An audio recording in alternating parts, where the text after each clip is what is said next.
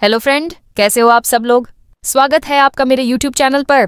आज की मेरी ये वीडियो जितने भी EPS 95 के पेंशनर हैं और EPS 95 के तहत अपनी पेंशन ले रहे हैं, जिनसे उनका गुजारा करना बहुत ही ज्यादा मुश्किल हो रहा है, इसको लेकर लोकसभा से एक खबर निकल कर आई है जो सभी EPS 95 पेंशनरों के लिए है। यहाँ पर सैयद इम्तियाज जलील साहब जी ने EPS 95 पेंशनरों के लिए एक मुद्दा उठाया है, और ऐसा मुद्दा उठाया है कि लोकसभा में सबको चुप कर दिया है। तो चलिए जानते हैं कि उन्होंने क्या कहा। इसलिए फ्रेंड, वीडियो को बिल्कुल भी स्किप ना करें और वीडियो को एंड तक जरूर देखें। और अगर आप मेरे चैनल पर नए हैं तो प्लीज मेरे चैनल को जरूर सब्सक्राइब कीजिएगा और साथ में बेल आइकॉन, जिससे आपको आगे भी इसी तरह की नई नई वीडियो और अपडेट देखने को मिलती रहे और उसकी नोटिफिकेशन सबसे पहले आप तक पहुंच जाए। अध्यक्ष महोदय, आज महंगाई के बारे में और बेरोजगारी के बारे में अगर हम बात करें तो हर जगह आपने कॉन्ट्रैक्ट सिस्टम शुरू करके रखा हुआ है। इसका फायदा सिर्फ ठेकेदारों को हो रहा है, बाकी किसी को नहीं हो रहा है। EPS 95 के जो पेंशनर्स हैं, जिन्होंने 20 साल 30 साल काम किया है, आपने भी कई मर्तबा इस मुद्दे को उठाए हैं, वो पूरे के पूरे यहाँ पर कल से जंतर मंतर के ऊपर आंदोलन कर रहे हैं। उन्हें पेंशन कितनी दी जा रही है?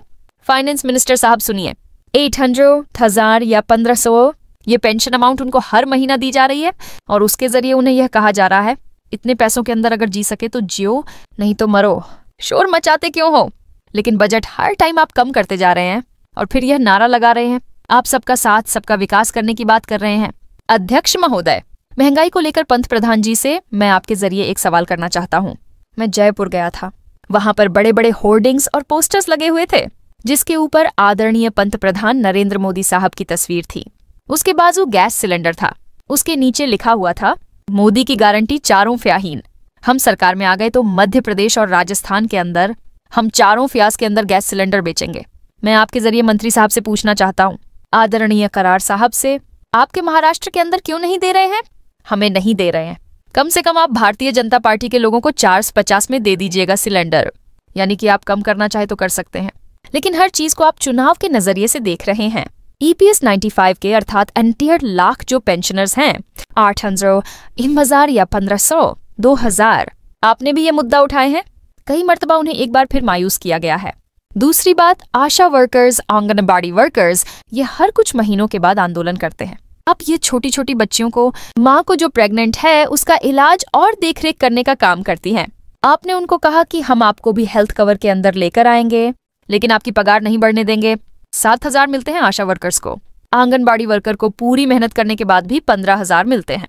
आज क्या वजह है कि आज उत्तर प्रदेश का नौजवान जो है वो इजराइल में जाकर मजदूरी का काम करने के लिए तैयार है, क्योंकि वहां पर 37,000 सिर्फ मजदूरी करने के लिए उसे मिल रही है, और यहाँ पर हम 15,000, 7,000, 2,000 EPS पेंशन के नाम के ऊपर, आशा वर्कर्स के नाम के ऊपर हम दे रहे हैं। 1 मिनट अध्यक्ष महोदय, 1 मिनट बहुत चुभने वाली बात है। चुभने वाली इसलिए है कि बैंक का राइट ऑफ जो किया जा रहा है बड़े बड़े उद्योगपतियों का, ये आंकड़ा फाइनेंस मिनिस्टर को यकीनन पसंद नहीं आएगा। कितना राइट ऑफ किया गया है 2014 से 2023 तक? तो 14.6 लाख करोड़ की मैं बात कर रहा हूँ। और रिकवरी कितनी हुई? तो रिकवरी महज 14.7% हुई है, यानी कि शायद 80% रिकवरी कब होगी? और ऐसे मौके के ऊपर सिर्फ 30 सेकंड दीजिए जब आप बड़े बड़े उद्योगपतियों का पैसा माफ कर रहे हैं।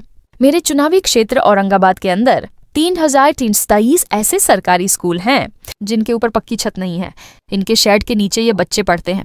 हम ऐसी बंद करने की बात कर रहे हैं और वह तपती धूप के अंदर इनके शेड के नीचे पढ़ रहे हैं। एक सवाल फाइनेंस मिनिस्टर साहब से करना चाहता हूँ, क्या इस देश के अंदर गरीबों के लिए, मिडिल क्लास के लिए और धन्ना सेठों के लिए अलग अलग कानून हो?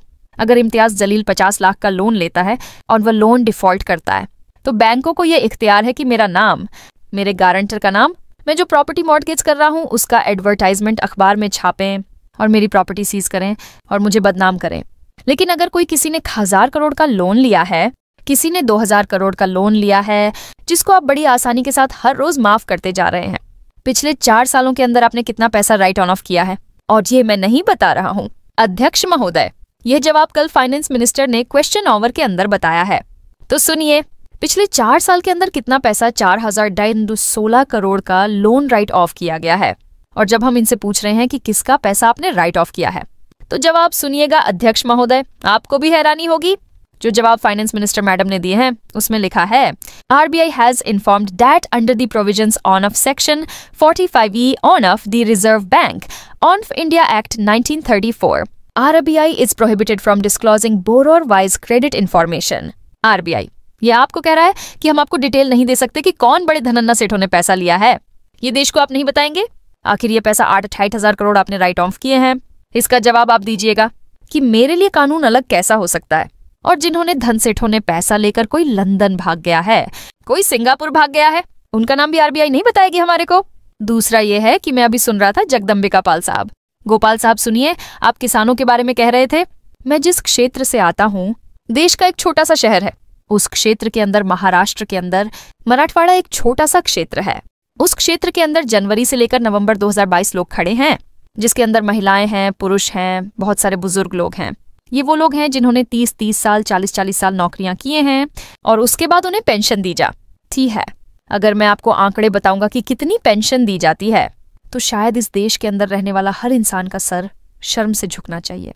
मैं आदरणीय इस देश के पंत प्रधान नरेंद्र मोदी साहब से हाथ जोड़कर विनती करना चाहूंगा कि ये EPS 95 का जो मसला है, जिसके तकरीबन पूरे देश के अंदर 37 लाख लोग जो हैं, आज इस EPS 95 के अंदर रजिस्टर्ड हैं, इसके बेनिफिशरीज हैं, लेकिन हम इन्हें रिटायरमेंट के बाद कितना पैसा देते हैं। अब ये अगर इस बुजुर्ग महिला को अगर आप देखेंगे, तो मेरे हिसाब से ये हमारी माँ हो सकती है, हमारी दादी हो सकती है। आप सोचिए, कितने साल, 20 साल काम करने के बाद, एक कंपनी में काम करने के बाद आज इसे सरकार की तरफ से पेंशन मिलती है तो कितनी 100 महीना मिलती है। जी हाँ, आपने बिल्कुल सही सुना है, 500 महीना इस महिला को कोई नहीं है। आगे पीछे अपनी बहन के साथ रहती है। 500 के अंदर क्या होगा? ये दूसरी महिलाएं हैं। कितने साल काम किए हैं? 18 साल काम किए हैं। 749 सेवी यानी कि 800 भी नहीं है। इसका मतलब ये हुआ कि हर रोज इन्हें कितना सरकार की तरफ से मिल रहा है। अगर हर रोज का अगर हम कैलकुलेशन करें तो किसी को 30, किसी को 50 में जिंदगी गुजारनी होगी। मैंने ये मुद्दा लोकसभा के अधिवेशन के अंदर आदरणीय मोदी जी के सामने उठाया था और मेरी उम्मीद थी कि आप जो कहते हैं, हम सबका साथ, सबका विकास करना चाहते हैं। अगर ये लोगों का अगर विकास नहीं होगा तो कहीं ना कहीं हम देश के इन 63 लाख बुजुर्गों के साथ, जिनके अंदर महिलाएं और पुरुष हैं, कहीं ना कहीं धोखा कर रहे थे। मैं आने वाले अधिवेशन के अंदर दोबारा इस मुद्दे को आपके सामने रखना चाहूंगा और उम्मीद करना चाहूंगा कि महाराष्ट्र के केंद्र सरकार के लेबर मिनिस्टर, लेबर सेक्रेटरी, पंत प्रधान नरेंद्र मोदी जी, आपके पास तक ये वीडियो मैं पहुंचाऊंगा और यकीन करूंगा कि आने वाले अधिवेशन के अंदर आप इसके ऊपर कुछ ना कुछ फैसला करेंगे। हम आपका जाहिर सत्कार करेंगे। इस देश के अंदर हम आपकी वाहवाही करेंगे कि आपने इन गरीबों के, इन बुजुर्गों की पेंशन बढ़ाई जाए। धन्यवाद।